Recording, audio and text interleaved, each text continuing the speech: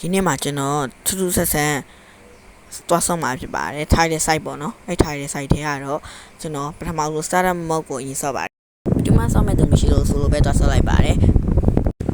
ဒီ mode လေးကနှစ်ခုရှိပါတယ် startup mode နဲ့ endless mode ရှိပါတယ်ကျွန်တော် endless mode ကိုနောက်နေ့မှတင်ပြပါမယ် okay ဒီခုကျွန်တော် game ထဲကိုဝင်ပြီးဘာကောင်ကိုင်ရမဲမသိတာနဲ့ကျွန်တော် UNS ပဲပြလိုက်ပါတယ်ဘာလို့ကျွန်တော်တကယ်ချင်းလာ UNS ပဲပေးတယ် UNS အရင်ကျန်းနေတဲ့ဒီ meta မှာတဲ့အဲ့ဒါလေးပြောရကျွန်တော်လေးပြလိုက်တာပေါ့ဟုတ်လည်းမသိဒီ game နဲ့ဒီမုတ်ထဲကိုလေဒီဝင်သွားလို့ရှိရင်လေကျွန်တော် line မကောင်းလို့လားတော့မသိဘူးအဲ့လိုဖြစ်သွားတယ် line မကောင်းအဲ့လိုနောက်မှဝင်နေပေါ့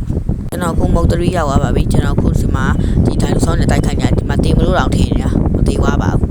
ကိုကတော့ witch house witch 6လာနေပါပြီစတီယန်ရောက်လာပေါ့နော်စတီယန်ရဲ့ 8RD ကတော်တော် damage ပြင်းတယ်ကျွန်တော်ကတော့ခုအဲ့ပြီးမှ Iridian armor တို့ဘာလို့ထိုက်မယ်ပေါ့နော်အလနာရှိတော့ပြီးရင်လေတော့ဘာလို့လဲမသိဘူးကျွန်တော်လေ fragment တွေကိုယူလည်းမယူပြီး fragment တွေကအရန်မိုက်တာတည်လားအဲ့ကျွန်တော်ပြ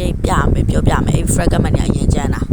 အခုဆိုရင်ဒီ boss bane ထွက်လာအဲ့ bane ရဲ့ငမန်းတွေကိုရှာအဲ့ငမန်းတွေရန်တမ်းပြီးထွက်တာအဲ့ bane ရဲ့1ကလေအမကြီးဟာလာပြီးဆိုရှော့သွားပြီးဒီမှာကွာရှုံးမယ်လို့တော့ထင်တာကျွန်တော်အမှ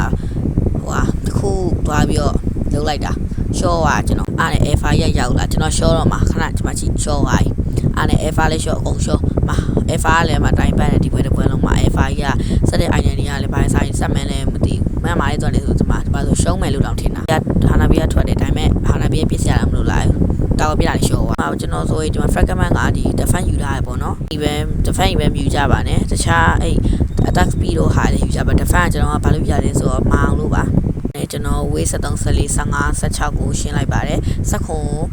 လည်းရှင်းလိုက်ပါတယ်အခု18ရောက်တော့ဒီမှာ fascia နဲ့လော3ကောင်ထွက်လာပါတယ်အဲ့ဇေဘီယာရဲ့လေ RD တဲ့မိကြီးကလေရမ်းကျန်းတာတီးလာကျွန်တော်ဆိုဒီမှာတော်သေးအထနာရှိဆက်ထားလို့ပေါ့ဒီမှာပါရဲ့လေကျွန်တော် alpha လည်းလေတလားနောက်ဆုံးပိုင်းမှာပဲကောင်းတယ်အမှသူလည်းရှော့သွားပါတယ်ဘာမှမထူပါဘူး fascia RD နဲ့ရှော့သွားပါတယ်နောက်ဆုံးတော့ fascia နဲ့ alpha နဲ့အတူတူပွဲသိမ်းပြီးတော့နှစ်ယောက်လုံးရှော့သွားပါတယ်ဒါပေမဲ့ကျွန်တော်နိုင်သွားပါတယ်ကျွန်တော်ခုနပြောလိုက်တဲ့အတိုင်းပဲနောက်နေ့ကျမှ access mode ကိုဆော့ပါမယ်ခုကကျွန်တော်နိုင်သွားပါပြီ victory ပါနောက်နေ့ဗီဒီယိုမှာကြာကျွန်တော်လာခဲ့ပါမယ် access mode နဲ့ခုက MVP ကျွန်တော်ပိုင်ဆိုင်သွားပါတယ် okay ကျွန်တော် MVP ရတာအမှကြည့်ပါဘယ်လိုဘာရကြလဲအမှဟာနာပြီဆိုရင်ဘာနေစက်မှဒီမဟာနောက်မှာစတဲ့ဗီဒီယိုမှာတွေ့ကြပါမယ် see you next video